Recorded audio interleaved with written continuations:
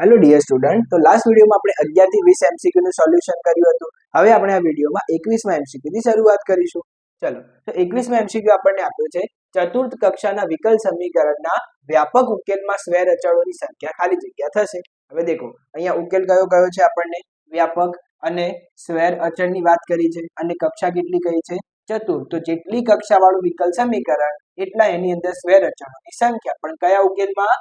વ્યાપક ઉકેલમાં. પરંતુ જો અહીંયા વિશિષ્ટ ઉકેલ શબ્દ વાપરશે તો ઉકેલ કેટલા થઈ જશે, સ્વેર અચળ કેટલા થઈ જશે, એમાં 0.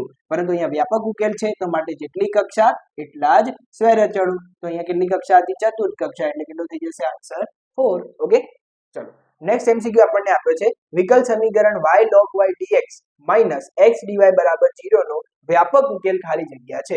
હવે દેખો, અહીંયા y જોડે શું આપ્યું છે, x, અહીંયા x જોડે શું આપ્યું છે, y. તો અહીંયા આપણે શું કામ કરીએ, ચલ વિયોજન, મતલબ x વાળા પદને x વાળા સાઈડ રાખીએ, y વાળાને y સાઈડ રાખીએ. તો અહીંયા શું થશે, દેખો y log y dx. હવે આ માઈનસ છે ટર્મ આ બાજુ મોકલી દઈએ તો શું બની જશે, પ્લસ બની જશે. ચલો, હવે y log y અહીંયાથી આપણે અહીંયા લઈ જઈએ એટલે કે ભાગાકારમાં જશે અને x આ બાજુ ભાગાકારમાં આવી જશે. તો ટર્મ કેવું બનશે, dx by x equals to અહીંયા શું બનશે, dy અને નીચે y log y. ઓકે, ચલો હવે બંને બાજુ આપણે સંકલનની નિશાની લગાડી દઈએ. તો હવે દેખો, આનું સંકલન તો આપણને દેખાય છે કે 1/x એટલે શું બનાવી દેશે, log x. પરંતુ અહીંયા કેવી રીતે કામ કરીશું, તો ચલો અહીંયા કામ કરવા માટે આપણે ધ્યાન શું રાખીએ, તો આ y જે આપણને નીચે આપેલો છે ને એને આપણે થોડુંક ઉપર સરકાઈ દઈએ. તો આ શું બની જશે, 1/y/log y dy. અને અહીંયા આપણે dx/x હતા એમને એનું બધું ફરીથી આપણે બધાનું એક સાથે સંકલન કરીશું. ચલો હવે દેખો, log y નું વિકલન શું થાય y ની સાપેક્ષે, તો 1/y. તો આ શું આપણું વિધેય બની ગયું અને ઉપર શું આવી ગયું, એનું વિકલન આવી ગયું. તો જ્યારે આવું ટર્મ દેખાય આપણને f'(f(x) dx, તો એનો આન્સર તમે શું લખી શકો, log fx + c. ચલો, તો હવે દેખો અહીંયા dx/x નું સંકલન થઈ જશે log x અને અહીંયા આપણે અચળ ઉમેરી દઈએ log c. અને અહીંયા શું થશે, f'(y/fy) નું log fy એટલે log of log y. હવે દેખો અહીંયા આપણે log c કેમ એડ કર્યો, કારણ કે બંને બાજુ શું આવતું હતું, log આવતું હતું એટલા માટે. ચલો, હવે logનો સરવાળો હોય, logનો સરવાળો હોય તો logની અંદર તમે શું કરી શકો, ઇનપુટનો ગુણાકાર કરી શકો. તો આ શું બનશે, log xc બરાબર log of log y. હવે દેખો બંને બાજુથી તમે logને કેન્સલ કરી દો તો અહીંયા શું થશે, x = log y. પરંતુ અહીંયા તમને એવો કોઈ ઓપ્શન દેખાઈ રહ્યો નથી. તો હવે દેખો, logનો અહીંયા કોઈ આધાર નથી તો શું સમજી લઈશું આપણે, e. હવે log આ બાજુ આવી જાય તો શું બની જાય, ઘાતાંકીય વિધેય. કયો ઘાતાંકીય વિધેય, e વાળું. તો અહીંયા દેખો logને આ બાજુ લઈ જઈએ તો અહીંયા શું બની જશે, e⁻xc અને બરાબરમાં અહીંયા શું બચશે, y. તો કરેક્ટ ઓપ્શન આપણે આવો દેખાવો જોઈએ કે ભાઈ y = e⁻xc અથવા cx, મતલબ correct option is B. Okay, ચલો નેક્સ્ટ એમસીક્યુ આપણને આપ્યો છે સમપરિમાણ વિકલ સમીકરણ 1 + e⁻x/y dx + e⁻x/y into 1 - x/y dy બરાબર 0 નો ઉકેલ કયા આદેશ દ્વારા મેળવી શકાય. તો આવા કોઈ પણ ક્વેશ્ચન આવે તો અહીંયા ઓબ્ઝર્વેશન આ હોવું જોઈએ આપણું કે ભાગાકારમાં આપણને શું આપેલું છે આવા ટર્મમાં, કાં તો x/y હશે કાં તો y/x હશે. અહીંયા આપણને x/y આપેલું છે તો એને જ આપણે શું આદેશ લઈ લેવાનો, v આદેશ લઈ લેવાનો. તો અહીંયાથી x ને કરતા બનાવી દઈએ તો શું બની જશે, x = v * y, જે આપણને ક્યાં દેખાય છે, કરેક્ટ ઓપ્શન એ માં કે x = vy. તો ઓપ્શન ઇઝ એ. ઓકે, ચલો તો નેક્સ્ટ એમસીક્યુ આપણને આપ્યો છે સદિશ a બરાબર i cap + j cap - k cap અને સદિશ b બરાબર i cap - j cap + k cap વચ્ચેનો ખૂણો થીટા શોધો. તો એના માટે તમને ખૂણાની વ્યાખ્યા આવડવી જોઈએ, એટલે કે એનું સૂત્ર.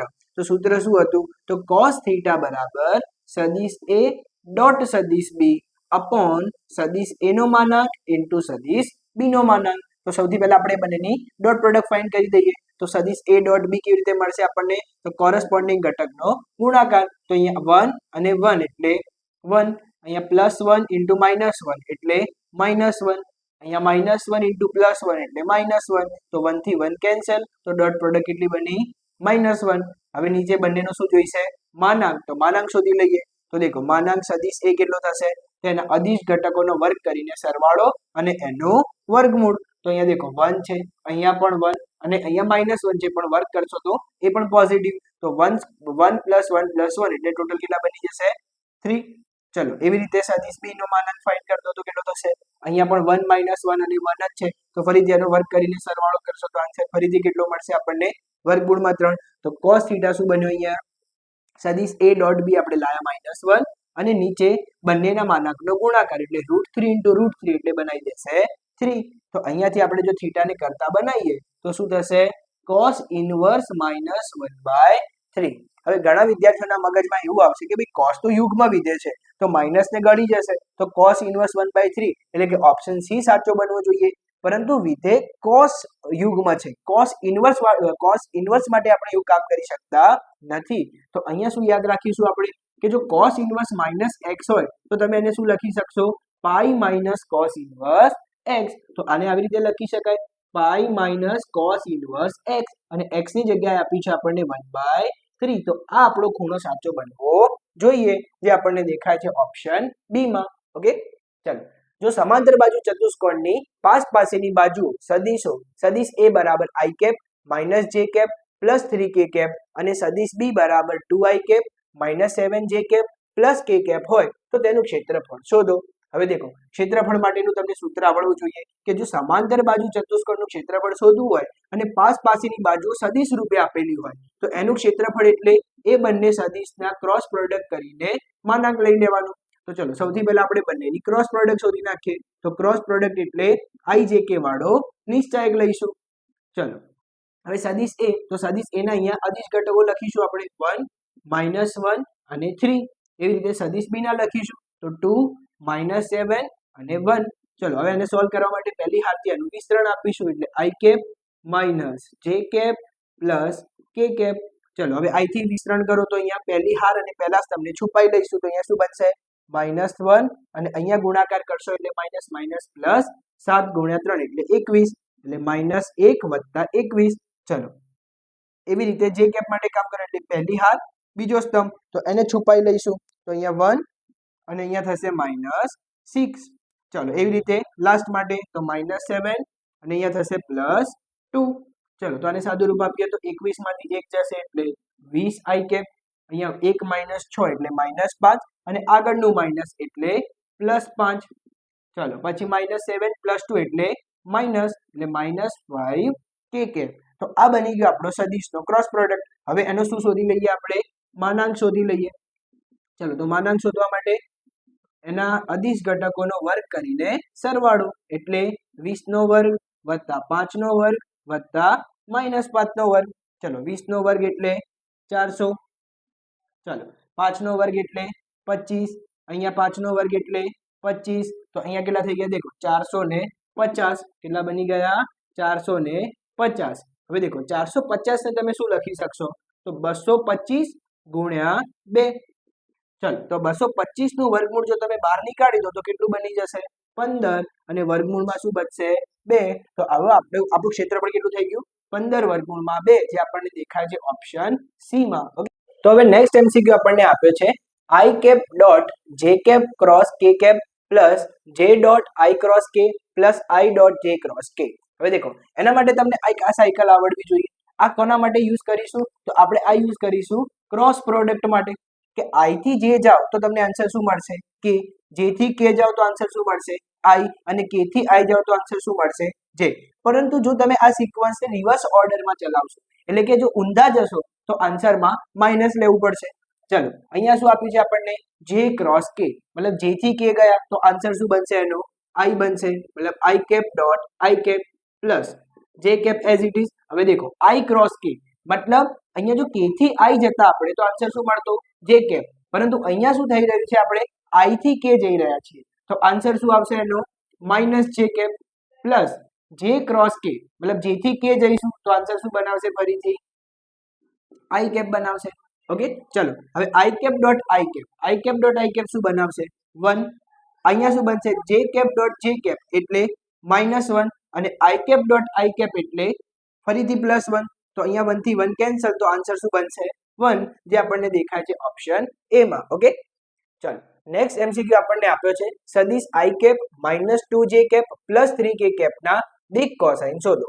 હવે તમારે જ્યારે પણ કોઈ સદિશના દિક કોસાઇન શોધવા હોય તો હંમેશા શું કરવાનું, એનો એકમ સદિશ શોધી લેવાનો અને એકમ સદિશના જે આપણા અદિશ ઘટકો દેખાશે એ બની જશે આપેલ સદિશના દિક કોસાઇન. ઓકે, ચલો તો આ સદિશને આપણે સદિશ એ નામ આપી દઈએ. તો સદિશ એ આપણને આપ્યો છે i cap -2j cap +3k cap.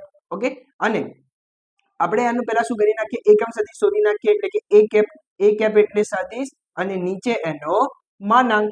Okay, ચલો તો અહીંયા શું થશે, i cap -2j cap +3k cap અને નીચે વર્ગમૂળમાં આના માનાંક શોધીશું એટલે અહીંયા 1 નો વર્ગ +-2 નો વર્ગ +3 નો વર્ગ.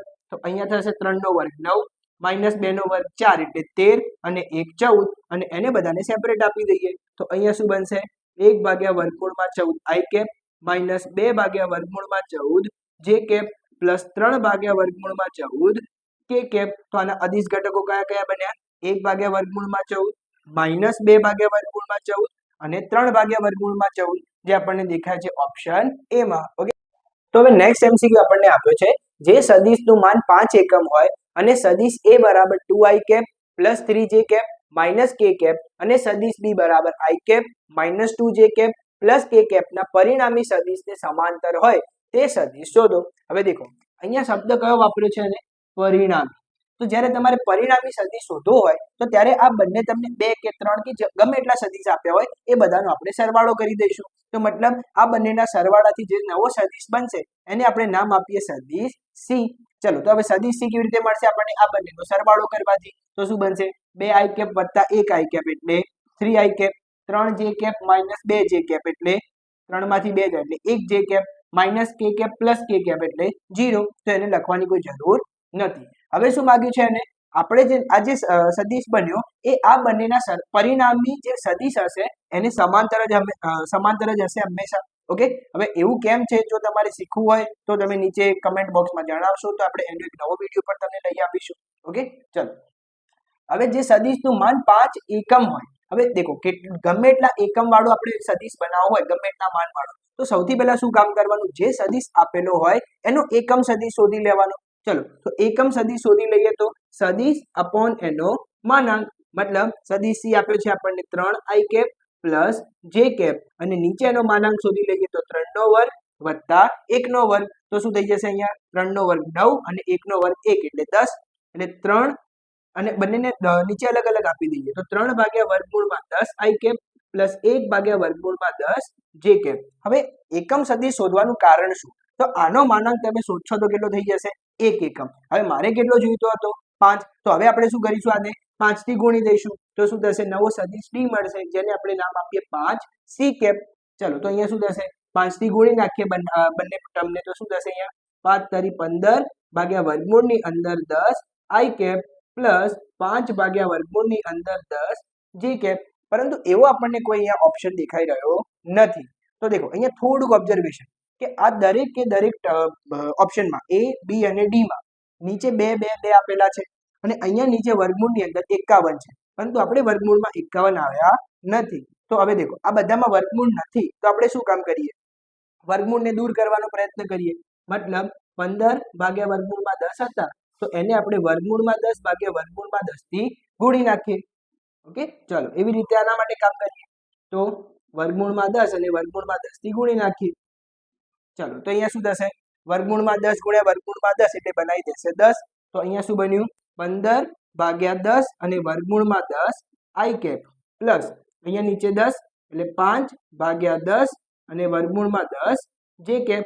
ચલો અહીંયા છેદ ઉડાડીએ તો 5 ગુણ્યા 3 અને અહીંયા 5 ગુણ્યા 2 તો 5 થી 5 કેન્સલ થઈ જશે. તો અહીંયા શું બનશે, 3/10/2 i કેપ પ્લસ અહીંયા ઉડાડીશું તો 2 તો અહીંયા શું થશે, વર્ગમૂળમાં 10/2 j કેપ. તો આ જે સદિશ હશે એ આપેલા સદિશને પરિણામી સદિશને સમાંતર અને 5 એકમ માન વાળો સદિશ તૈયાર થઈ ગયો જે આપણને દેખાય છે ઓપ્શન ડી માં. ઓકે, ચાલો હવે નેક્સ્ટ એમસીક્યુ આપે છે આપણને, જો સદિશ a + b ડોટ સદિશ a + b બરાબર માનાંકમાં સદિશ a નો વર્ગ વત્તા માનાંકમાં સદિશ b નો વર્ગ તો અને તો જ ખાલી જગ્યા.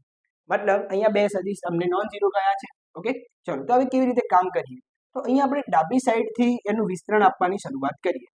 તો શું આપ્યું છે આપણને? a plus B dot a plus B. તો તમે એ સદિશને બંનેની સાથે ગુણી શકો. તો શું થશે અહીંયા? a ડોટ a એટલે માનાંકમાં a નો વર્ગ, પછી અહીંયા આવશે a ડોટ બી પ્લસ બી ને આપણે જો અહીંયા ગુણી નાખીએ તો અહીંયા આપણે જે નિયમ વાપરી રહ્યા છીએ એને કહીશું આપણે વિભાજનનો નિયમ. તો અહીંયા શું થશે? b dot a plus b dot B એટલે માનાંકમાં b નો વર્ગ. ઓકે, હવે દેખો આપણે જે પ્રમાણે જાણીએ છીએ કે ભાઈ ડોટ પ્રોડક્ટ તો સમક્રમી છે, એટલે a ડોટ બી શોધો કે b ડોટ a શોધો, બંનેનો જવાબ કેવો થશે? સરખો. તો a ડોટ બી અને આને પણ a ડોટ બી લખી શકાય. તો આ કેટલી વખત બની ગયા? 2 વખત a ડોટ બી. ઓકે, અને બાકી બંને ટર્મ હતા એમના એમ. હવે દેખો થોડું ઓબ્ઝર્વેશન, રાઈટ હેન્ડ સાઈડમાં આપણને આ બે ટર્મ આપ્યા છે, આ બે. આ ટર્મ આપ્યું નથી તો આ ટર્મને શું થવું પડશે? 0 થવું પડશે. ઓકે, હવે આ ટર્મ 0 મતલબ અહીંયા બે ગુણાકારમાં આ બાજુ જશે તો ભાગાકારમાં એ પણ 0. તો સદિશ a ડોટ b બરાબર શું હોવું જોઈએ? 0. અને જો સદિશ a અને b ડોટ પ્રોડક્ટ 0 હોય તો એનો તો મતલબ શું થાય કે સદિશ a અને સદિશ b શું હોવા જોઈએ? લંબ સદિશ હોવા જોઈએ, જે આપણને દેખાય છે ઓપ્શન બી માં. ઓકે, તો હવે નેક્સ્ટ એમસીક્યુ આપણને આપ્યો છે, જો રેખાઓ 1 - x/3 = 7y - 14/2p = z-3/2 અને 7 - 7x/3p = y - 5/1 = 6 - z/5 પરસ્પર લંબ હોય તો p બરાબર ખાલી જગ્યા. હવે દેખો આપણને જે આ રેખાઓ આપેલી છે એ કાર્તેજીય સ્વરૂપમાં આપેલી છે. હવે કાર્તેજીય સ્વરૂપનું પ્રમાણિત સ્વરૂપ આવું છે કે x - x1/a, y - y1/b અને z - z1/c. એટલે કે x, y અને z આગળ હોવા જોઈએ અને એ દરેકનો સહગુણક એક જ હોવો જોઈએ. ઓકે, ચલો તો પહેલા તો આપણે એને પ્રમાણિત સ્વરૂપમાં ગોઠવવાનો પ્રયત્ન કરીએ. તો દેખો અહીંયા 1 - x છે તો આપણે x ને આગળ રાખવો પડશે, મતલબ માઇનસ ને આપણે કોમન લેવું પડશે. તો અહીંયા શું બનશે? -12 આવી જશે તો x - 1 અને નીચે હતા 3. તો આ માઇનસ ને આપણે શું કામ કરીએ? અહીંયા નીચે આપી દઈએ. ઓકે, એવી રીતે અહીંયા તો દેખો અહીંયા શું આવવું જોઈએ? y નો સહગુણક 1 પણ કેટલો આપ્યો છે? 7. તો 7 ને શું કરી દઈએ? આપણે બહાર નીકાળી દઈએ. તો અહીંયા શું બચશે? y - 2 અને નીચે 2p અને બરાબર z - 3/2 તો હતા એમના એમ. હવે દેખો આ 7 પણ આપણે અહીંયા નહીં ચાલે તો અહીંયા શું કરીએ? આપણે એને નીચે આપી દઈએ એટલે શું બની જશે? 2p/7. તો અહીંયા નીચે જે a b અને c થી સદિશ બને એને આપણે સદિશ b થી ઓળખીએ છીએ. તો અહીંયા સદિશ b1 આપણને કેવો મળ્યો? -3 2p/7 અને 2 મળ્યો. ઓકે, ચલો એવી રીતે આના માટે કામ કરીએ તો દેખો બીજી રેખામાં શું આપ્યું છે? 7 - 7x. તો અહીંયા -7 ને શું કરી દઈએ? આપણે બહાર નીકાળી દઈએ. તો અહીંયા શું બનશે? x - 1 અને નીચે આવશે 3p બરાબરમાં y - 5/1 અને અહીંયા માઇનસ ને ફરીથી બહાર નીકાળીએ તો z - 6 અને નીચે 5.